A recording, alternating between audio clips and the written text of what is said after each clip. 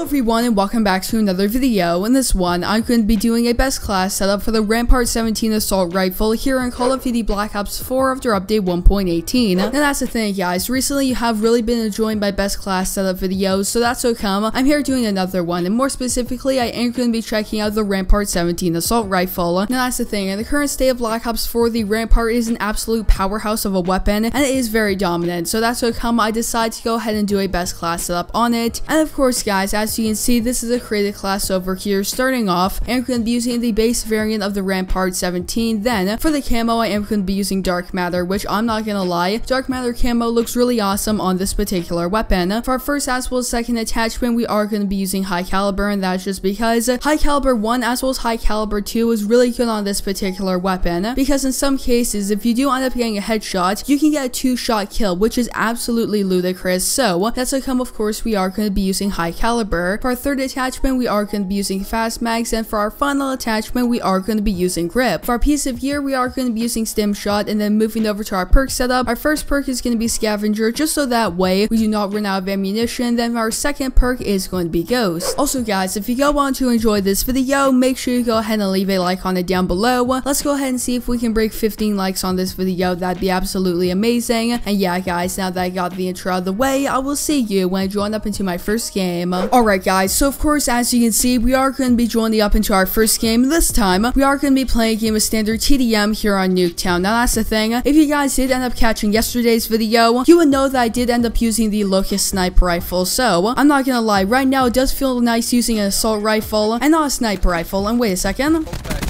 There we go, that's going to be our first kill of the game. It looks like there are going to be a couple more people over here. And that's the thing guys, one reason why I really do like using the RAMPART-17, and that is it is a very versatile assault rifle. Now that's the thing, of course it is an assault rifle, so that means it is going to be excelling at medium range. However, interestingly enough, since the recoil on this weapon is quite low, as well as the damage is quite high, it means that you can take out enemies quite effectively at long range, as well as interestingly enough, you can take out enemies quite effectively at close range, which is always really awesome.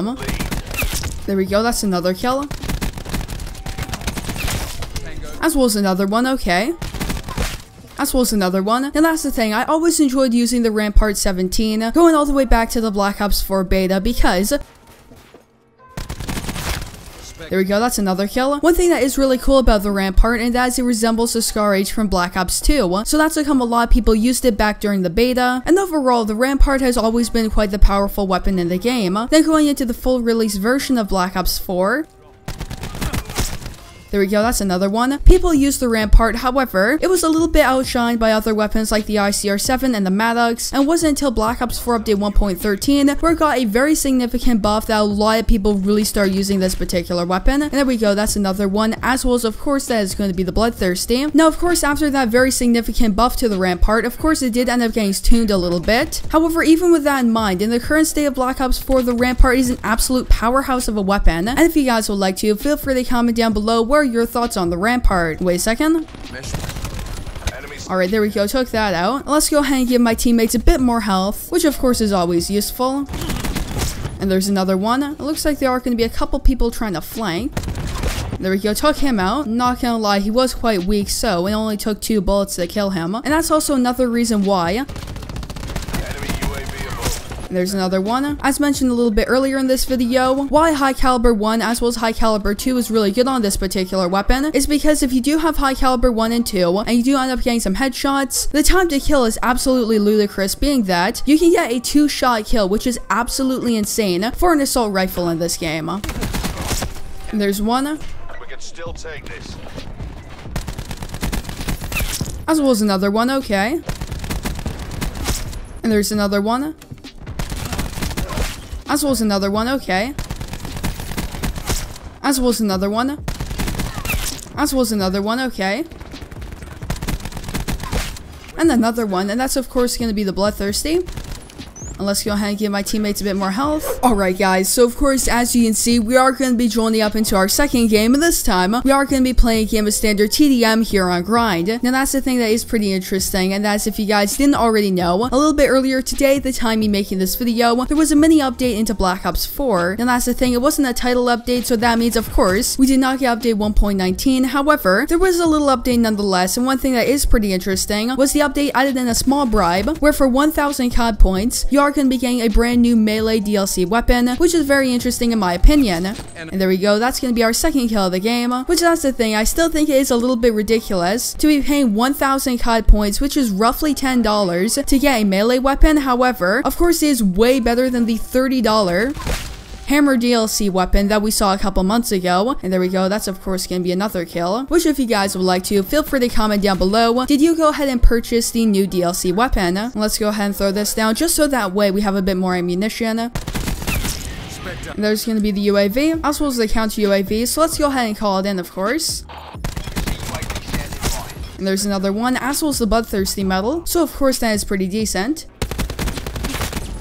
And alright, there's a person that's glitched out, and he is underneath the map, as you can see over here. And just a little bit earlier in the game, I did end up dying by him, so of course that is a little bit weird. I didn't know that you could do that on Grind. And alright guys, so as you can see, we are going to be joining up into our third game. And there we go, that's going to be our first kill. However, of course for this particular game, we are going to be joining in a little bit late into a TDM here on firing range. So with that in mind, let's go ahead and see exactly how well we can do. And there we go, that's another one. Wait a second, this person has this thing, right? So you know what, let's go ahead and pick it up and see if maybe we can get a kill with this thing. And also that's the thing, since I joined up a little bit late into this particular game, I wasn't able to use Crash because two people already selected him. However, right now I am going to be using Recon, and it looks like there are going to be a couple people over here. And there we go, took him out with a headshot, which of course I'll definitely take.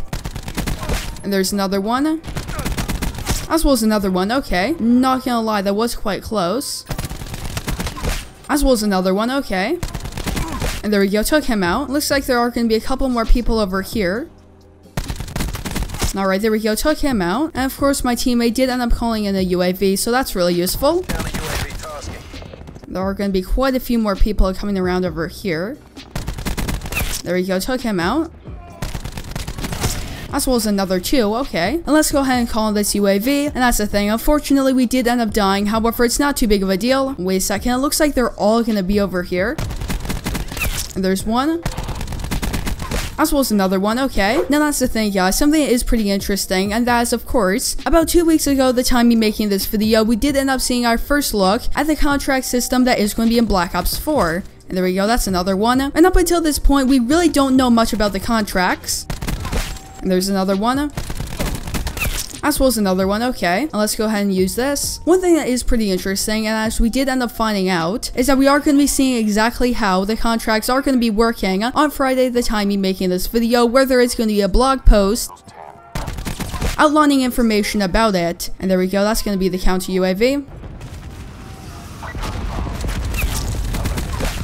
There's a double, okay, which that is really interesting in my opinion, and if you guys would like to, feel free to comment down below what are your thoughts on that. I mentioned this before, however, I think it is really awesome that we are going to be seeing contracts being added into this game, because it doesn't really matter what Call of Duty game it is, contracts keep people playing. And there we go, that's going to be the Sniper's Nest, that's going to be an assist, as well as another one. And of course guys, that's going to be the game. I'm going 27-8, pretty decent game in my opinion, and of course I will definitely take it. And alright guys, so as you can see, we are going to be joining up into another game, and this time we are going to be playing a game of standard TDM here on firing range. Now that's the thing, of course for this particular game I did end up joining in right from the beginning, so that means of course I am able to use Crash. And there we go, that's going to be our first kill of the game. However, back to what I was originally saying, contracts are really awesome in any Call of Duty game. Overall, I would say that Black Ops 3 as well as World War II had the best contract system, being that if you remember in Black Ops 3 there were daily as well as weekly contracts where you could get between 10 as well as 30 crypto keys, which was really awesome. Black Ops 3 had a variety of different weapon contracts such as Grand Slams, triple play contracts, and all kinds of things like that.